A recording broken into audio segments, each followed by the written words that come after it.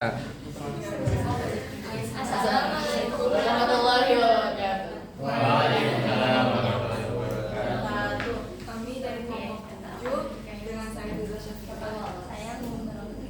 Saya Anissa. Dan hari ini kami akan mempresentasikan materi kami yang berjudul ada berpakaian berjati warna di tubuh dan ada berpakaian di tubuh. Ini daftarnya. Mau? Suaranya ada keras ya, saya nggak pakai. Pertama ada berpakaian. Nah, jadi pada dasarnya tuh Al-Quran ada mention 3 jenis istilah untuk mendeskripsikan pakaian, yaitu libas, siyab, dan sarafil. Libas berarti penutup, yaitu digunakan untuk menunjukkan pakaian lahir dan batin. Pakaian terus dinamai siyab atau lihab karena siyab atau sauk karena ide dasar adanya bahan-bahan pakaian adalah agar mereka dipakai. Sedangkan kata sarafil berarti pakaian dalam artian apapun bahannya. Nah, di sini ada dalilnya yang menjelaskan peristiwa ketika Adam dan Hawa berada di surga.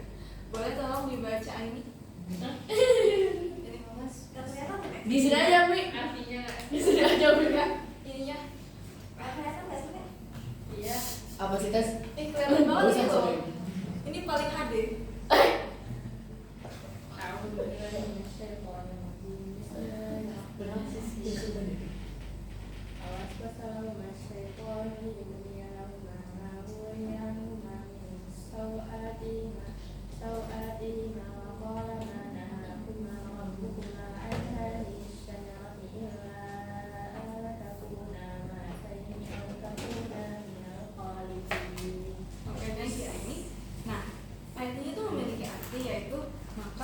Setan membisikkan pikiran jahat kepada keduanya yang berakibat tampak kepada keduanya sesuatu yang terbentuk dari aurat keduanya. Ia atau setan berkata, Tuhanmu tidak melarang kamu berdua untuk mendekati pohon ini, kecuali karena dia tidak senang kamu berdua menjadi malaikat atau kamu berdua termasuk orang-orang yang kekal di dalam surga. Oke, jadi selanjutnya ada fungsi pakaian. Nah, fungsi pakaian itu ada 3, yaitu 1. Penutup aurat, 2. Perhiasan, 3. Melindungi bencana, sama penunjuk identitas. Jadi penutup aurat. Jadi fungsi utama pakaian dalam Islam adalah untuk menutup aurat, baik bagi laki maupun perempuan. Nah, bagi wanita atau perempuan, pakaian tersebut mencakup jilbab atau pakaian luar yang menutupi seluruh tubuh kecuali wajah. Bagi busana muslimah harus memenuhi kriteria syar'i, yaitu 1. Tidak transparan, 2. Tidak ketat, dan 3. Tidak menyerupai pakaian laki-laki atau pakaian khas non-muslim. Serta 4. Tampil pantas dan sederhana. Nah, yang kedua ada perhiasan. Nah, jadi selain menutup aurat, pakaian juga berfungsi sebagai perhiasan untuk memperindah penampilan. Namun, dalam mengikuti mode pakaian, hal terpenting adalah tetap berada dalam batasan yang ditetapkan oleh ajaran agama. Selanjutnya ada fungsi pakaian melindungi dari bencana. Nah, dalam hal fungsi pakaian dapat melindungi dari bencana ditemukan dalam firman Allah Subhanahu wa taala surat An-Nahl ayat 81. Boleh tolong dibaca, Agis?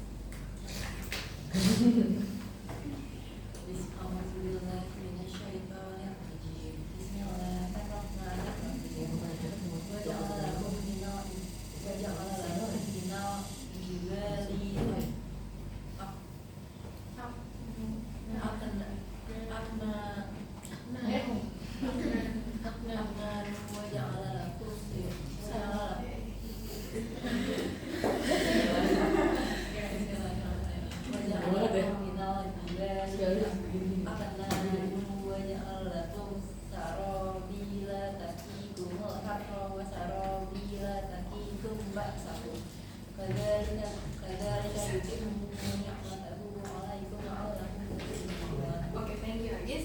Nah, jadi ayat itu memiliki arti dan dia jadikan bagimu pakaian yang memeliharamu dari panas dan pakaian atau besi yang memelihara kamu dalam peperangan. Demikianlah Allah menyempurnakan nikmatnya atasmu agar kamu berserah diri kepadanya. Terus yang selanjutnya ada fungsi pakaian sebagai penunjuk identitas. Nah, fungsi pakaian sebagai penunjuk identitas dalam firman Allah tercantum dalam surat Al-Ahzab ayat 59. Karena ini kekecilan jadi ini akan tercatat. A'udzubillahi minasyaitonirrajim. Bismillahirrahmanirrahim. Ya ayyuhan nabiy qul li azwajika wa banatika wa nisaa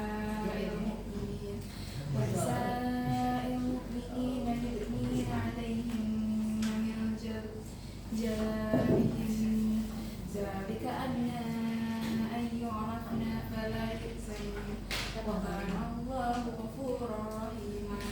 Yang artinya, hai Nabi, katakanlah kepada istri-istrimu, anak-anak perempuanmu, dan istri-istri orang mukmin, hendaklah mereka mengulurkan jilbabnya ke seluruh tubuh mereka. Yang demikian itu supaya mereka lebih mudah untuk dikenal. Karena itu mereka tidak diganggu, dan Allah adalah Maha Pengampun lagi Maha Penyayang. Nah, jadi di sini pakaian diklasifikasikan menjadi dua, yaitu pakaian untuk menutupi aurat sebagai bentuk ketaatan kepada Allah, dan pakaian yang difungsikan sebagai ekspresi dari suatu kreativitas di bidang fashion, sehingga dinilai perhiasan. Dan tadi udah kita sebutin di ciri kedua. Ya, masuk dulu. Oke, jadi selanjutnya ada nilai-nilai positif ada dari berpakaian, yaitu pakaian yang dipakai seseorang dapat berfungsi sebagai penutup aurat, perhiasan, dan juga dapat difungsikan untuk menjaga kesehatan tubuh manusia, khususnya untuk melindungi lapisan terluar tubuh, yaitu kulit. Nah, dengan berpakaian maka kulit yang berfungsi sebagai pelindung dan kerusakan-kerusakan fisik karena gesekan, sinar ultraviolet, kuman-kuman panas, zat kimia dan lain-lain dapat terjaga. Nah, terus ini ada terus ada langkah-langkah untuk membiasakan ada berpakaian, yaitu 1. Disunahkan memakai pakaian yang bersih, rapi, pantas, dan serasi. 2.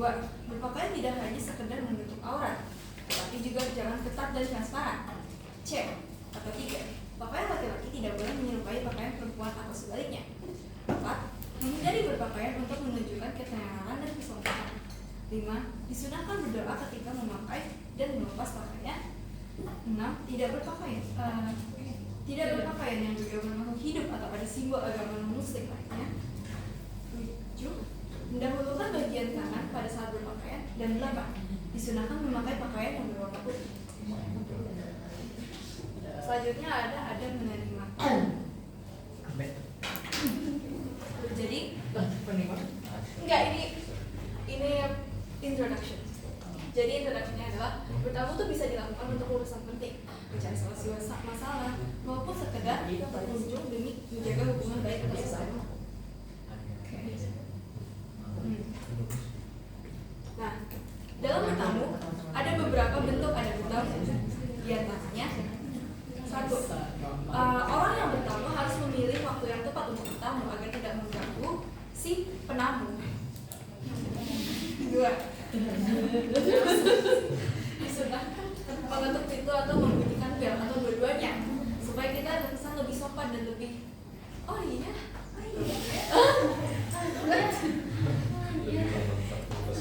Ketiga, tamu laki-laki dilarang masuk ke dalam rumah apabila tuan rumah hanya seorang wanita. Hal ini karena untuk menghindari tuduhan-tuduhan yang tidak berdasar fitnah. Yang keempat, disunahkan memperkenalkan diri apabila tuan rumah belum kenal. Jadi jangan langsung bilang aja. Yang kelima, ada mengucapkan assalamualaikum maksimal 3 kali dengan pelan-pelan. Jadi kalau misalnya kalian udah mengucapin assalamualaikum lebih dari 3 kali, udah sampai 3 kali, disunahkan nunggu aja sampai dibukain pintunya. Kalau nggak dibukain, masih. Oke. Yang keenam, apabila dipersilakan masuk, maka masuklah dengan sopan. Jangan langsung nyelonong.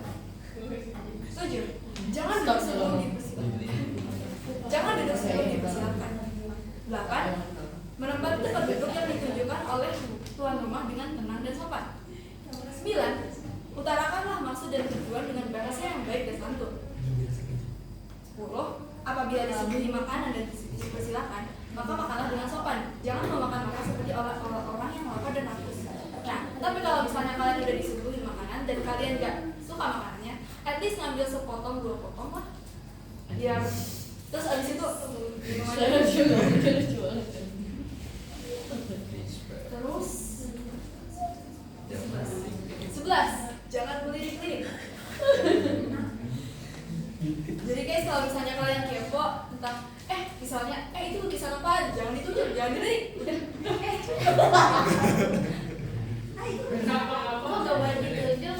Enggak, itu kayak orang sama kita aja, kayak kamu tuh masuk ke mall kan, kayak ngeliat lihat ini bagus banget kayak gitu. Kayak kamu tuh gak menghargai orang lagi nerima tamu itu. Orang yang lagi fokus ke kamu, kamunya fokus ke yang lain. Iya, gitu loh. Kesel gak? Berarti kamu Berarti ada kamu gitu.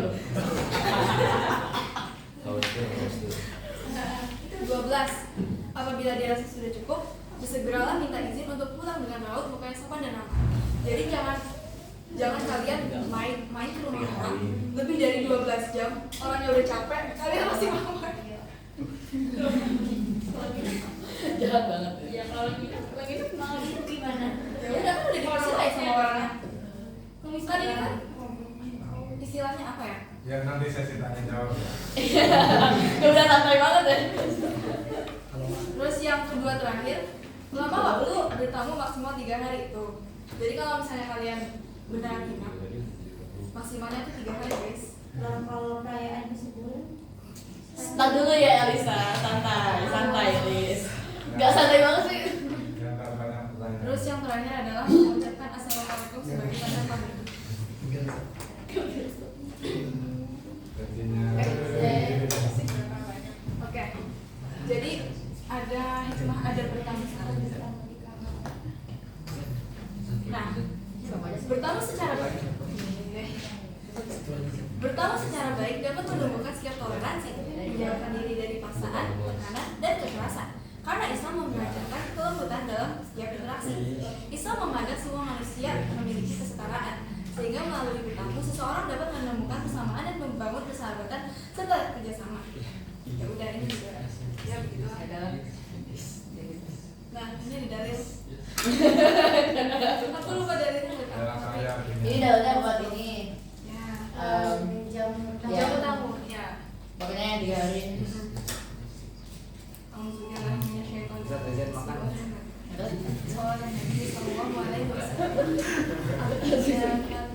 Salah satu ayam wajah izatu wala yahilun. Enggak enggak. Apa sih ini ya? Ya. Ada satu lagi. Wala yahilun. Tidak akhirnya hatta yusbih.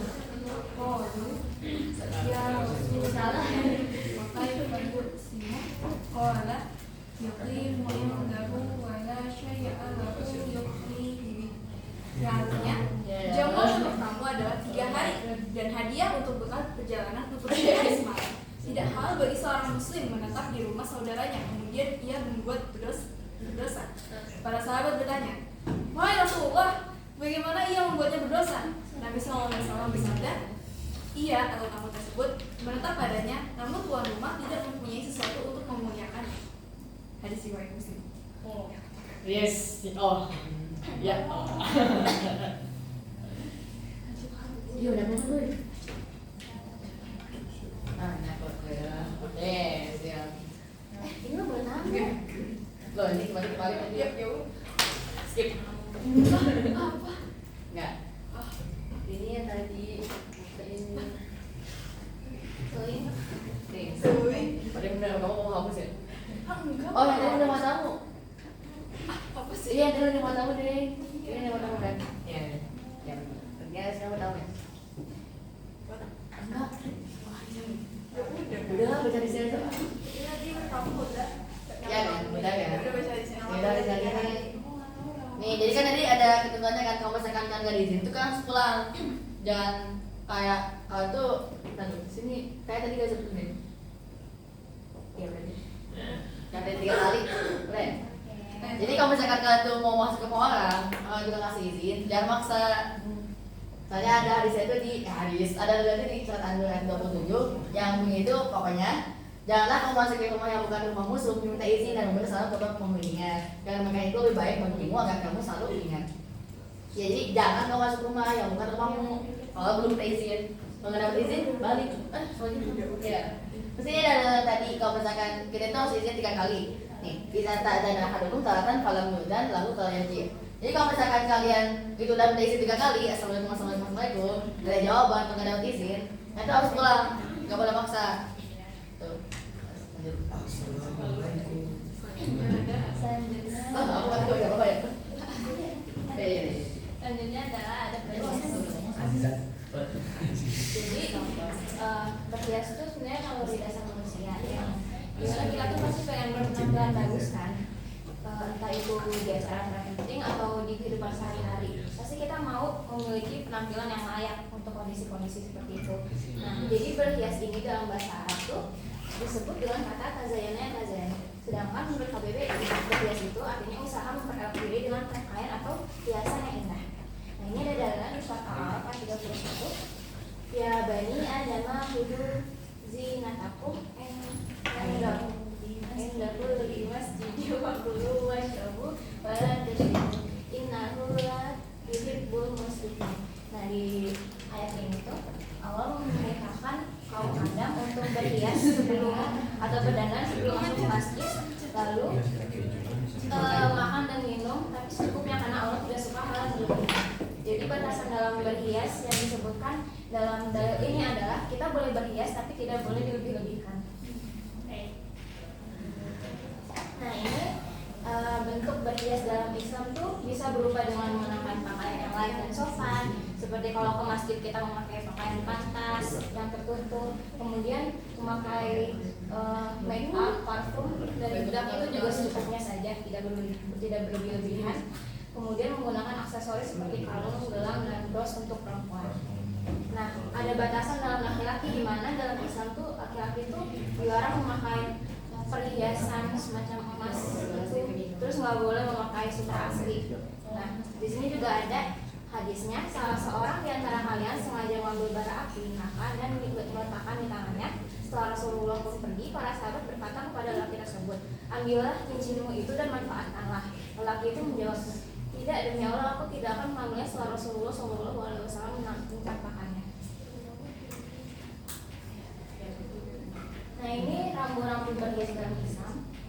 Nah, yang pertama itu berhias tuh harus dengan niat yang sesuai. Jadi kita berhias atau berdandan itu dengan tujuan untuk beribadah dalam berbagai bentuk. Kemudian kegiatan berhias itu diorientasikan sebagai bentuk syukur dan rasa terima kasih kita kepada Allah. Dan kemudian berhias itu bertujuan untuk mendekatkan diri pada Allah saja. Nah, dalam berhias itu juga nggak boleh memakai bahan-bahan yang dilarang sama agama, kayak bahan AA, misalnya mengandung bahan-bahan yang seperti merkuri, yes, yang diharapkan. Nah, misalnya parfum kamu mengandung minyak babi. Ada. Nah, kan kuas babi ya? Iya, atau kamu menggunakan brush make up yang terbuat dari bulu babi ya. Bulu babi yang di darat, babi yang di darat. Iya, yang di darat. Kulit babi. Ya, yang jadi hewan-hewan haram lah. Dilarang berhias menggunakan simbol-simbol non-muslim. Kayak misalnya kamu pakai kalung ada tanda salibnya.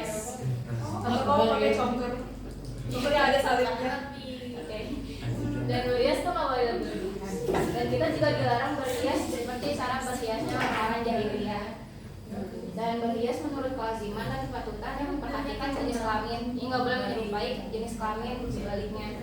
Dan dilarang berhias untuk keperluan hidup berfoya-foya. Iya, ada yang baca. Oh, yang dia juga. Nanti aku kecil lagi. Siapa mau baca? Siapa mau baca?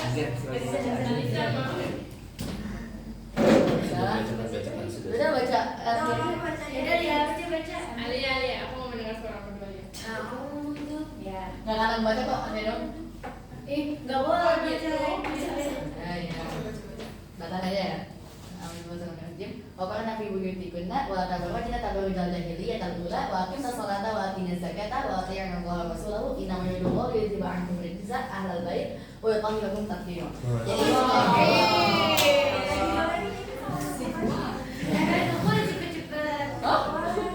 ya, pokoknya ini itu kamu misalkan kalian tahu istilahnya itu kayak ada istilah tabarruj yang sering dengar itu artinya itu berlebihan dalam berhias. Nah, jadi kamu tuh, jadi buat perempuan itu kan kalian tuh, kita itu diajarkan untuk diam di rumah ya, daripada di luar. Dan belakang kamu tetap di rumahmu dan janganlah kamu berhias dan bertingkah laku seperti orang jahiliyah dahulu. Jadi itu gak boleh bertingkah seperti orang jahiliyah, ya gitu. Dan dirikanlah sholat, menaikkanlah zakat, taatilah Allah dan Rasulnya. Sesungguhnya Allah bermaksud tentang menghilangkan dosa dari kamu, hai ahlul bait, dan membersihkan kamu sebersih-bersihnya. Ya, yes. Loh, baca dong. Ya. Ini nilai positif dalam menerapkan adat berhias. Jadi dengan menerapkan adat berhias tadi itu berhias kita tuh highlightnya tuh lebih ke menegaskan jati diri kita sebagai muslim dan muslimah. Terus juga menumbuhkan rasa percaya diri kita serta kenyamanan kita berhias sesuai dengan selayaknya. Terus berhias sesuai adabnya tuh di pandangan orang tuh mencegah untuk menimbulkan kesombongan dan keangkuhan dan menjadi jalan untuk mendapat barokah dan pahala kalau kita niatkan karena ibadah. Ya Allah. Jadi ini cara membiasakan adab berhias dan prinsip dari adab berhias. Skip.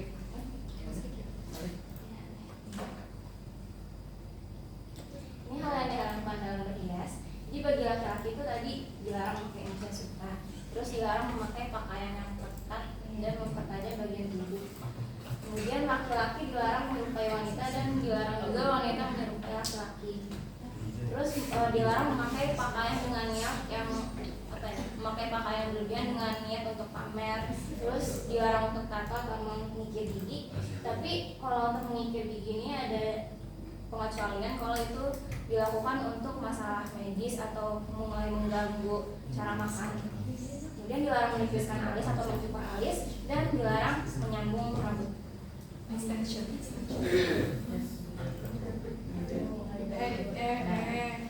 Jadi sekarang kita langsung ke ada perjalanan. Apa?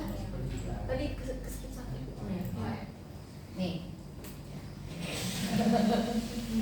Ini ada pengertian dari perjalanan. Pertama, dalam bahasa Arab ditemukan kata rihlah atau safar yang mempunyai pengertian sama dengan perjalanan. Dalam KBBI, mengertikan sebagai perihal berjalan atau bepergian dari satu tempat ke tempat lain untuk satu tujuan. Jadi ada tujuannya.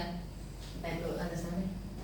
Terus kita itu ada adabnya nih. Jadi kan segala satu itu ada adabnya. Yaitu Islam itu mengatur segala bentuk apa sih perlakuan kita setiap hari, termasuk perjalanan. Nah, sebelum berangkat kita itu ada adabnya. Betul. Kita itu kalau yang masih tinggal bareng orang tua ya, pamitan atau minta izin kepada orang tua. Nah, kalau misalkan mengadakan jalan jauh, maka pamitan kepada tetangga. Jadi kayak biar tetangga itu tahu kalau kalian tuh lagi pergi, jangan tiba-tiba hilang aja ya tetangga gitu. Nah terus, bentar dulu sabar. Terus sebelum berangkat baca doa dulu. Tahu nggak doanya apa? Gak tahu. Coba dibaca. Coba baca bareng-bareng. Tawakkaltu 'alallahi wa haula wala quwwata illa billah. Ini artinya itu dengan nama Allah aku bertawakal kepadanya dari daya dan kekuatan mereka dengan pertolongan Allah.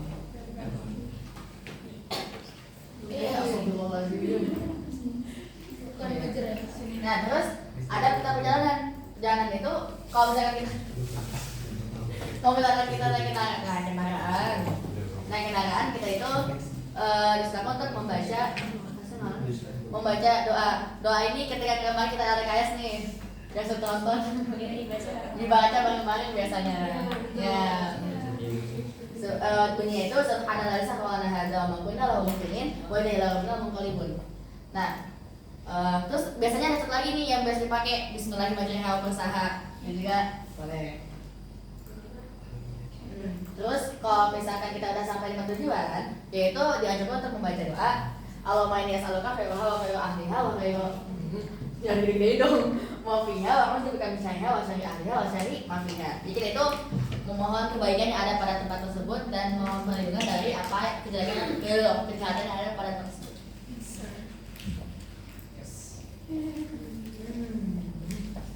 Nah, terus ada perjalanan adalah kayak kita kan kalau misalnya jalan pengen lihat satu yang indah-indah gitu kan biasanya kalau jalan-jalan kan namanya itu jalan-jalan ya mau ngapain coba? Nah, misalnya pada ada hasil omongan yang mencengangkan, maka dilakukan subhanallah, masya Allah, atau rabbana ma khalaqta hadza batila, atau ya udah gitu pokoknya kayak memuji Allah gitu. Soalnya kan kita itu kalau misalkan nggak bisanya itu kalau jalannya itu sambil tadabbur alam, iya. Yes. Membaca ayat karunia. Kok nggak bisa sih? Nggak tahu.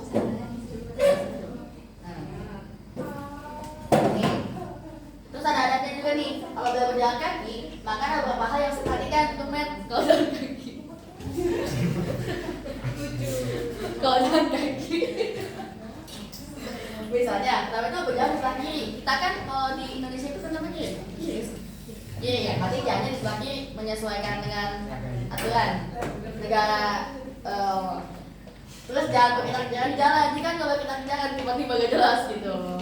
Jangan berteriak atau sejenisnya.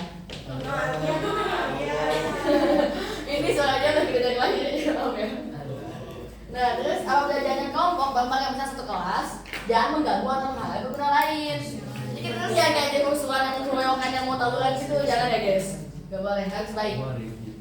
Terus jika menemukan benda-benda berbahaya seperti misalnya paku, pecahan kaca dan lain-lain, diambil dan dibawa ke tempat sampah. Ini kan salah satu apa? Aimi. Lapet. Soalnya dapat aja. Ya betul. Bawa dapat gimana? Menyingkirkan duri dari jalan. Masih bahasa. Terus jika ada trotoar, jadi trotoar nggak tengah jalan.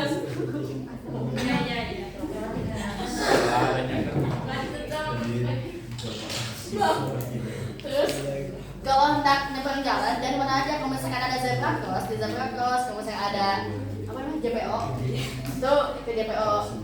Jangan kemana-mana. Jembatan penyeberangan orang. JPU nggak sih? JPO belum ya? GPU Oh nggak tadi tentang JPO. GPU nggak punya urut gitu. OMUM. Oh ya belum. OMUM. Jangan. Terus kalau kita udah balik nih dan jalan-jalan tadi kayak udah ada berapa, udah mencari turunnya ya Allah, masya Allah.